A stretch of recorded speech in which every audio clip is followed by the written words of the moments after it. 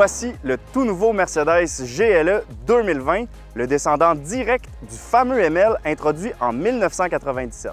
Alors, après 23 ans et plus de 2 millions d'exemplaires vendus à travers le monde, sur quel élément est-ce que Mercedes a misé cette année pour différencier son VUS? Eh bien, c'est ce que vous allez découvrir maintenant.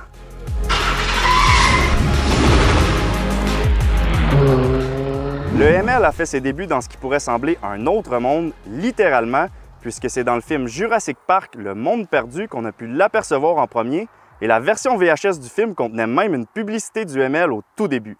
C'était évidemment une autre époque où, pour la première fois, on ne parlait plus d'un simple VUS, mais d'un VUS de luxe. Aujourd'hui, les catégories d'utilitaires sont pas mal plus nombreuses.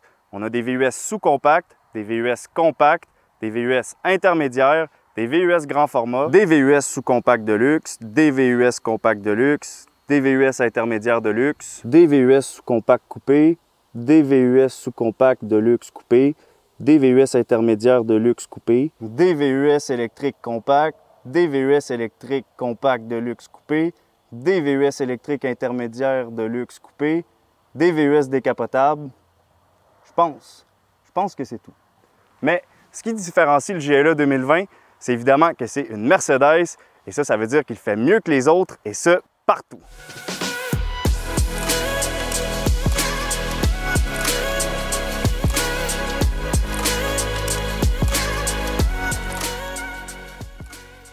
Si on commence par son look, le GLE, c'est 2 tonnes d'attitude, littéralement. Il mesure 1,75 m de haut, 2 mètres de large, 5 mètres de long, et si on l'observe à l'avant, il a des airs robustes avec ses phares sérieux et sa grosse grille de calandre. Mais si on observe de plus près, on se rend compte qu'il a aussi un petit côté distingué avec sa grille à motif diamanté et ses phares à DEL multibeam adaptatifs qui sont de toute beauté. Sur les côtés, le GLE est 8 cm plus long par rapport à son prédécesseur, ce qui lui permet d'offrir pour la première fois de son histoire une 3e rangée de sièges qui est située ici, derrière les piliers C, qui adopte d'ailleurs la même forme que le tout premier ML. Pour ce qui est des roues, on parle de du 20 pouces offert de série ou de 21 pouces en option. À l'arrière, le GLE a un look raffiné, relativement semblable aux autres VUS chez Mercedes, à l'exception peut-être de la forme de ses feux à DEL qui sont un petit peu plus angulaires. Mais ce qui est le plus intéressant ici, c'est 2 choses. La première, le volume de chargement qui s'élève à 825 litres ou 2055 litres lorsque la banquette est rabattue. Et la deuxième chose, c'est sa capacité de remorquage de 7700 livres. Et 7700 livres, c'est impressionnant et ça peut représenter ça, ça ou ça.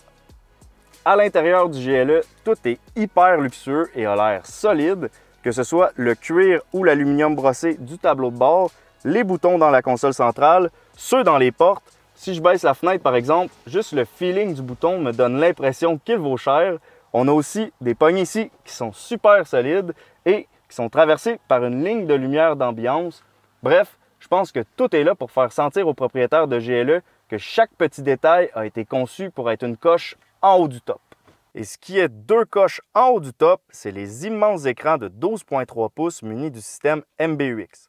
Donc pour faire un survol rapide, l'écran de droite affiche tout ce qui a trait au système d'infodivertissement. On peut donc le contrôler avec le pavé tactile de droite au volant, ou avec le pavé tactile entre les sièges, ou avec ses doigts, ou avec le système de reconnaissance vocale. On peut donc naviguer de gauche à droite pour accéder au téléphone, à la radio ou aux préférences comme la couleur des lumières d'ambiance par exemple. On a l'un des systèmes de navigation les plus intuitifs du marché qui fonctionne comme avec un téléphone intelligent, c'est super rapide. Et en plus, on a la réalité augmentée qui utilise les caméras montées à bord pour nous indiquer précisément où tourner et ça, c'est tout simplement magique. Ce qui est un peu moins magique par exemple, c'est que ce matin, on a eu un petit pépin en tournant sur la route. On a reçu une gigantesque roche dans le pare-brise et là, le résultat, c'est qu'il est craqué. Alors, ça va être un petit peu moins beau sur nos images, mais c'est pas ça qui va nous empêcher de continuer. Alors, on enchaîne en descendant dans l'écran pour avoir accès aux thèmes qui vont complètement changer le type d'infographie qui s'affiche. Donc, en mode aventure, par exemple, l'écran de gauche va nous afficher l'angle de la pente, mais on a aussi d'autres choix d'infos qu'on peut sélectionner avec le pavé tactile de gauche cette fois-ci.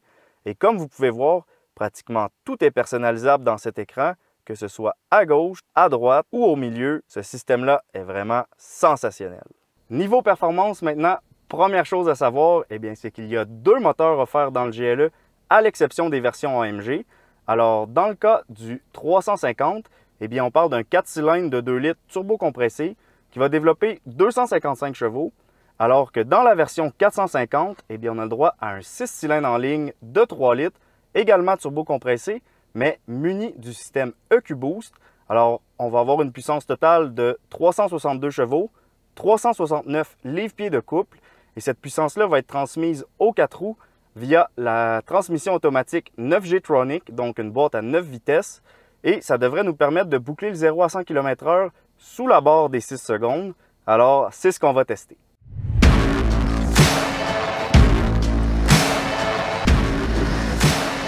Donc, je mets le mode sport. C'est parti. Ça décolle. C'est très rapide. Et 100 km/h, on continue un petit peu. 130, 140. Ouais, c'est assez rapide. Tout à l'heure, on a réussi à boucler le 0,5 km/h en seulement 5,7 secondes. 5,7 secondes, là, pour vous donner une idée, c'est des temps de Hyundai Veloster ou de Honda Civic Type R. Alors, pour un gros VUS comme ça, c'est très bien. Et évidemment, si vous voulez être encore plus ponctuel, eh bien, il y a toujours la version 63 du GLE qui, elle, est munie d'un moteur V8 biturbo AMG et qui promet de faire le 0 à 100 km/h en seulement 4 secondes pile. Alors ça, c'est vraiment rapide, mais je dois dire que notre petit 450 est assez impressionnant, fait très bien le travail et la puissance est délivrée de façon vraiment linéaire. Surtout au départ, on a déjà un surplus de puissance et ça, c'est en grande partie grâce au EQ-Boost. Pour ceux qui se posent la question, la technologie EQ-Boost, c'est en fait un démarreur, un alternateur et un moteur électrique tout en un, monté entre le moteur et la transmission et qui permet de délivrer de façon quasi instantanée 21 chevaux et 184 livres-pieds de couple supplémentaires grâce au système électrique de 48 volts. Ça vient donc complètement éliminer le turbo-lag, mais aussi les poulies et les courroies qu'on retrouve sur un moteur traditionnel, et ce, tout en améliorant la consommation de carburant qui se chiffre à 11,2 litres au 100 km combiné, soit grosso modo 1 litre au 100 de mieux que la génération précédente, qui, il faut le dire, était un petit peu plus lourde. Pour ce qui est de l'agrément de conduite sur route maintenant, eh bien, la première chose que je remarque, c'est que la cabine est super bien insonorisée, presque trop même, puisque j'entends à peine le beau son de notre 6 cylindres en ligne quand que je pousse la machine un peu. Mais évidemment, Mercedes a misé sur le confort et je dois dire que c'est mission accomplie à ce niveau-là. Les sièges en cuir nappa sont hyper confortables. La boîte à 9 rapports fait que les reprises sont très douces. Et même si le GLE pèse tout de même 5000 livres, eh bien, j'ai pas du tout l'impression d'être au volant d'un gros bateau.